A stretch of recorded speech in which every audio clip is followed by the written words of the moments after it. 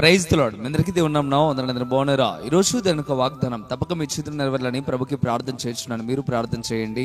దుఃఖించు వారిని ఓదార్చుదును. యెషయా గ్రంథం 57వ అధ్యాయం 18వ వచనం. ప్రియమైన దేవుడి ఉదయకాల సమయంలో నేరుగా మాట్లాడుతున్న మాట, దుఃఖించే వారిని నేను ఓదారుస్తా అని చెప్పడం ప్రారంభిస్తూ ఉన్నాడు. ఒకవేళ నువ్వు దుఃఖంలో ఉన్నావా, బాధలో, ఇరుకులో, ఇబ్బందులో ఉన్నావా, అయితే దేవుడు నీకు తెలియచేస్తా ఉన్నాడు. దుఃఖించు వారిని ఇదిగో నేను విడిపిస్తాను, ఓదారుస్తాను చెప్పడం ప్రారంభిస్తూ ఉన్నాడు. అయితే దుఃఖించే ప్రతి ఒక్కరిని దేవుడు ఓదారుస్తాడా? దుఃఖించు ప్రతి ఒక్కరి కన్నీళ్లు దేవుడు తుడుస్తాడా అని మనం ఆలోచించగలిగితే, ఇదే వచనంలో రాస్తూ అంటున్న మాట, మీ ప్రవక్తనను చూచి అని చెప్పి అక్కడ రాయబడుతూ ఉంది. ప్రవక్తన మన క్యారెక్టర్, మన పద్ధతి, మన విధానాన్ని చూసి దేవుడు మనల్ని దుఃఖంలో నుండి బయటకు తీసివేయాలా వద్దా అనే విషయాన్ని ఆలోచన చేస్తూ ఉంటాడు. మనం కూడా మాట వినని కుమారుడు కానీ కుమార్తె కానీ మనకు ఉన్నప్పుడు వాళ్ళు దుఃఖిస్తున్నంత మాత్రాన వెంటనే వెళ్ళి హక్కున చేర్చుకోం. ఎందుకంటే వాడి క్యారెక్టర్ సరిగా ఉండాలని, వాడు ఇక మీదట మంచి వ్యక్తిగా మారాలని మనం ఎలాగైతే తల్లిదండ్రులుగా ఉన్న వాళ్ళం ఆశపడతామో, అదే రీతిగా దేవుడు కూడా క్యారెక్టర్ సరిగా లేకపోయినా, ప్రవక్తన సరిగా లేకపోయినా దేవుడు ఎంతగానో వారిని కన్నీళ్లు తొడవక అలాగే ఉంటాడు.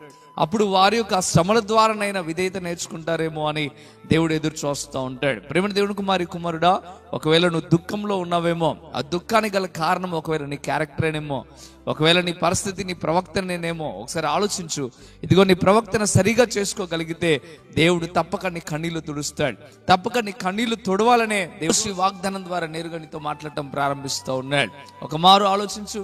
నీ పరిస్థితి ఏ రీతిగా ఉందో ఒకసారి దేవుని సన్నిధిలో నువ్వు కుమ్మరించడం ప్రారంభించు. మంచిది. మీ కొరకు ప్రార్థన చేస్తాను.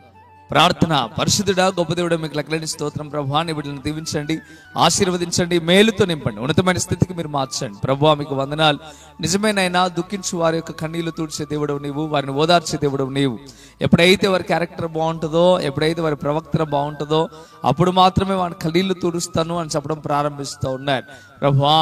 ఎవరైతేనైనా నీ సన్నిధిలో మోకాలేసి ప్రార్థనలోకి భవిస్తూ ఉన్నారో ప్రభువా, మీకు వందనాలు. వారి పరిస్థితులను పూర్తిగా మీరు మార్చమని బ్రతిమిలాడుతూ ఉన్నారు అయ్యా. వారి క్యారెక్టర్ని సరి చేసుకోవడానికి ఎవరైతే సిద్ధపడుతూ ఉన్నారో వారందరినీ దీవించి ఆశీర్వదించి మేలు చేయమని, ఉదయకాలపు ఆశీస్సులనైనా ఆ బిడ్డల మీద ఉంచమని బ్రతిమిలాడుతూ యేసయ్య నామములో అడిగి వేడుకుంటున్నాము తండ్రి.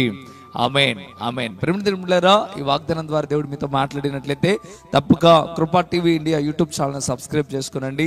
అంతేకాకుండా ఈ వాగ్దానాన్ని అనేకులకు షేర్ చేయడం ద్వారా మీరు సువార్త ప్రకటించిన వారు అవుతారు, అనేకులను బలపరిచిన వారు అవుతారు. ప్రభు మిమ్మలను మీ కుటుంబాలను దీవించి ఆశీర్వదించును గాక. ఆమేన్. God bless you.